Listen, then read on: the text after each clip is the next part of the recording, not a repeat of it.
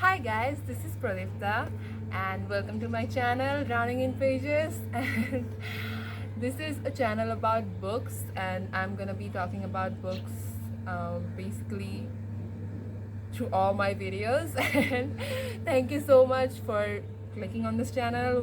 Whoever you are, whoever is watching this video right now, I love you all so much. Love you guys.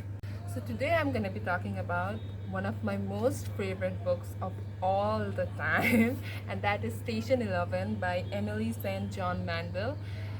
This I will give a short review, short synopsis first, and then I'm gonna share my feelings about this book, which are a lot. Like, I have a lot of feelings about this book. I mean, good luck, guys. So Station 11 is basically a post-apocalyptic fiction book which follows five different characters and their stories, and through three different timelines. So this apocalypse that happens, that will follow our characters through, it is caused by a deadly virus and a deadly disease named which causes a deadly disease, and its name is Georgia flu.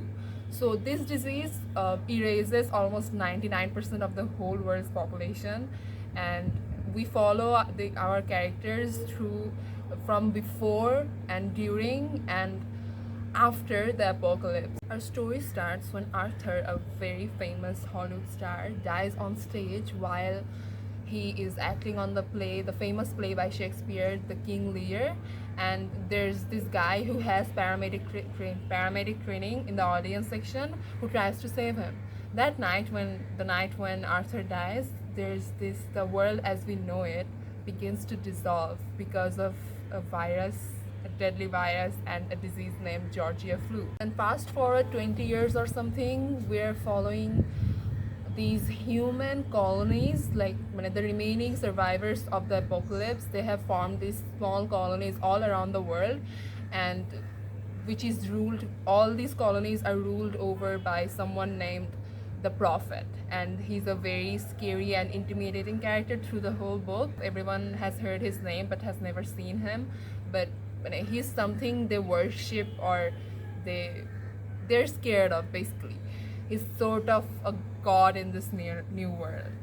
So, and there is this traveling circus kind of group who call themselves the Traveling Symphony. They're basically a group of actors who travel all over the world, all over the, obviously, the wasteland as we call it, and they act out, they play the famous plays of most of famous plays of Shakespeare, which are mostly like the Midsummer's Dream, the Hamlet. Like, they're just trying to keep the art and the culture from the world that is dead, the previous world that no longer exists. They're just trying to keep that art and culture alive in this new world. So as our story progresses, we hear the story of these five characters, of these five different characters. The characters are basically the actor Arthur, his ex-wife, who has been long forgotten from his life, but she has a story in this book as well. His best friend, his oldest friend, and that paramedic who tried to save Arthur, and an actress from the past, from the Traveling Symphony.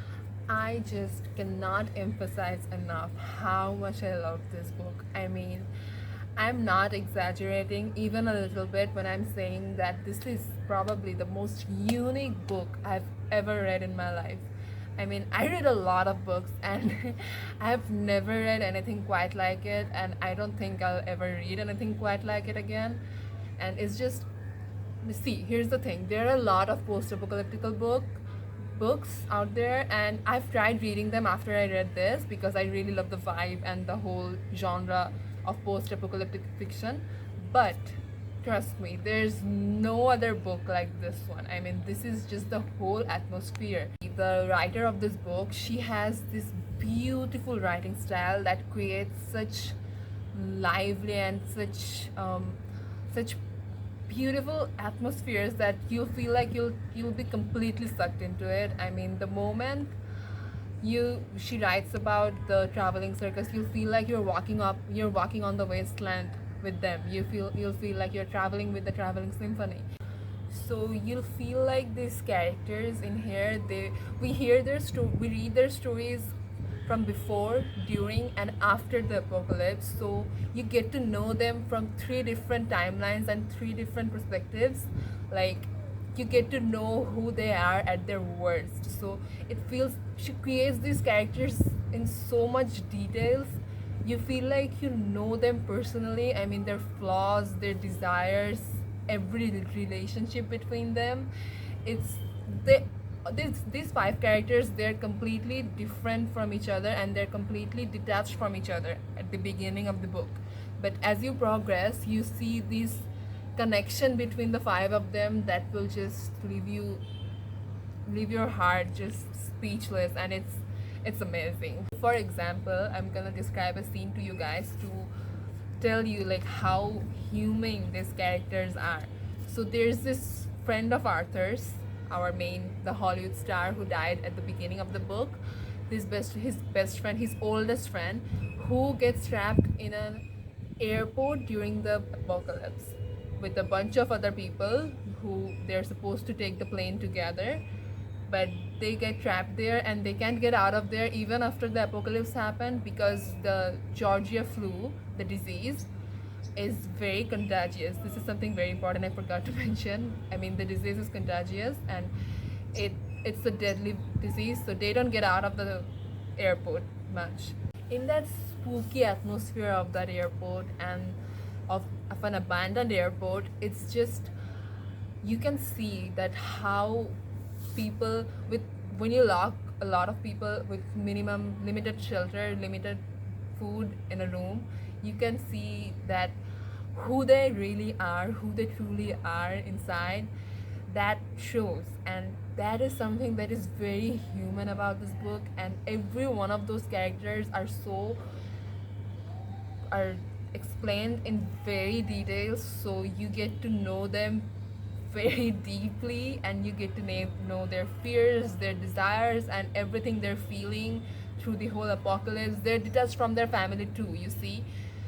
And it's one of my favorite part of the books, to see how we show our true colors in our worst moments. And it's just so beautifully portrayed in this book. All in all, this is just a story about how humanity survives even against all odds, how we show our inner demons and how we act upon them at our worst possible moments. And it's also a story about how a single event can impact two different person entirely differently. I mean, it's